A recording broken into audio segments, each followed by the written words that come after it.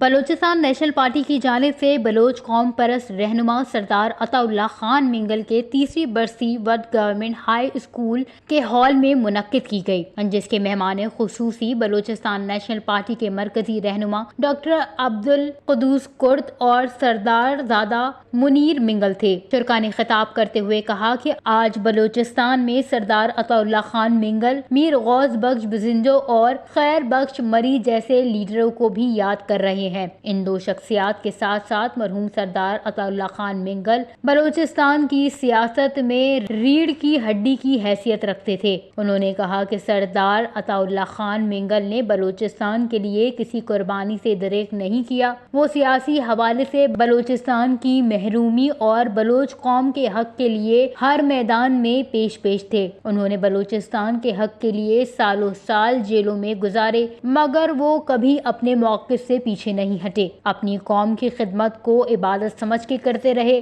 जिसके जाने के बाद बलोच कौम एक लीडर बल्कि सियासी उत्साह से महरूम हो गई। इस मौके पर नेशनल पार्टी खुददार के सदर एडवोकेट अब्दुल हमीद बलोच, जमीयत उलमाए इस्लाम वड के अमीर जस्टिस रिटायर अब्दुल कादिर मिंगल समेत बलूचिस्तान नेशनल पार्टी के कारकुनान दूर दराज इलाकों से ताज़ियती रेफरेंस में शिरकत के लिए वद पहुंचे थे।